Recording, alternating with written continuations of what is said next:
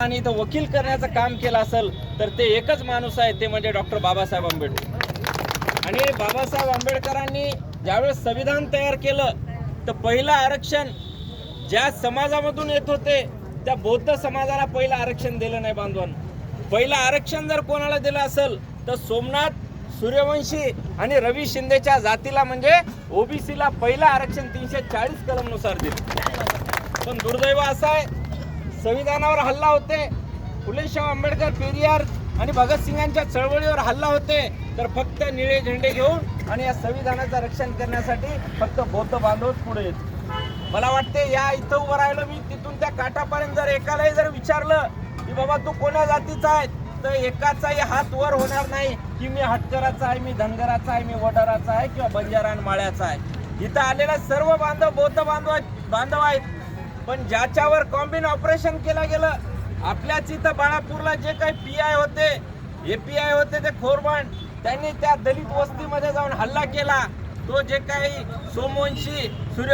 सोमनाथ सूर्यवंशी हा काही बौद्ध बांधव नव्हता मित्रांनो, तो वडर समाजाचा एक तरुण कार्यकर्ता होता। आला का कोणी कळमनुरी मधलं एक तरी वडर समाजाचा बांधव आज निषेध करण्यासाठी? नाही आले, कोणीच नाही येत। आणि हीच खेळी या मनुवाद्याची आणि या ब्राह्मणवाद्याची आहे की या ठिकाणी फोडा आणि राज्य करा, बौद्ध समाजाला बांधवाला वेगळं करा, हटकर धनगराला वेगळं करा, बंजाराला, माळ्याला, मराठ्याला वेगळं करा।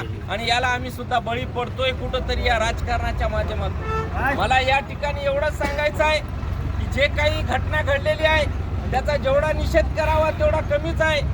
तो तरुण पुण्याहून शिकायला लॉ कॉलेजला आलेला आणि परभणी इथं रूम करून राहत होता, फक्त मोर्चामध्ये सहभागी झाल्यामुळं बॉम्बिंग ऑपरेशन केलं गेलं।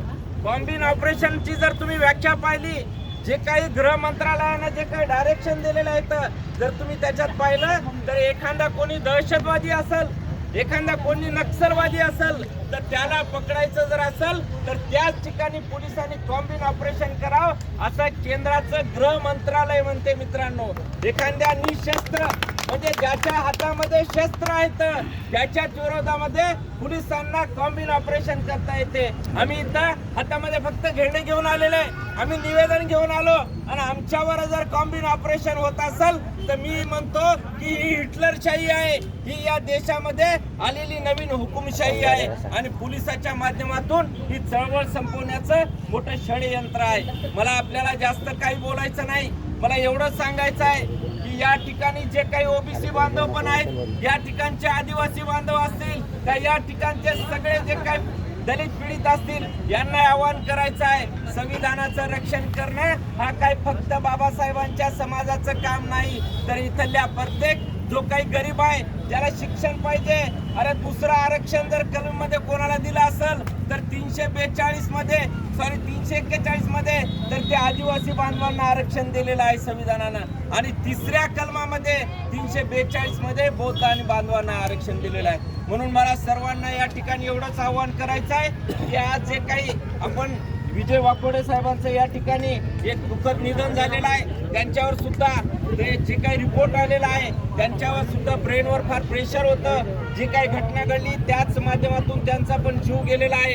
आणि जे काही सोमनाथ जे काही सूर्यवंशी आहे, आम्ही काले वकिलांनी निवेदन दिलं, आमचं तर म्हणणं आहे एवढं पोलिसावर तर गुन्हे दाखल कराच, पण आमचं त्याच्याही पलीकडे जाऊन म्हणणं आहे जे काही तिथं जज बसलेला होता ज्याला की चीफ ज्युडिशियल ऑफिसर म्हणतात, त्या चीफ ज्युडिशियल ऑफिसरला ज्यावेळेस सोमनाथची जमानतसाठी अर्ज दिला होता त्याच वेळेस सांगितलं होतं की सोमनाथ सूर्यवंशीला पोलिसांनी पीसीआर मध्ये मारलेला आहे, त्याला उभं टाकता येत नाही, त्याच्या अंगामध्ये ताप आहे, त्याला दवाखान्यामध्ये पाठवा म्हणून मॅजिस्ट्रेट समोर वकिलानं ज्यावेळेस सांगितलं तर त्या मॅजिस्ट्रेट पण जातीयवादी आणि निर्दयी त्यानं सुद्धा त्याला एमसीआर केलं। याच्यामध्ये तो जज सुद्धा त्याच्यामध्ये अपराधी आहे, म्हणून त्या जजला पण या ठिकाणी आरोप केला पाहिजे। त्या पोलिसांनी ज्यांनी कॉम्बिन ऑपरेशनच्या माध्यमातून या सोमनाथ आणि विजय वाकोडेंचं या ठिकाणी बळी घेतलेला आहे त्यांच्या विरोधामध्ये पण गुन्हे दाखल झाले पाहिजे आणि या पूर्ण प्रकरणाची सीबीआय चौकशी केली पाहिजे आणि आम्हाला न्याय मिळाला पाहिजे,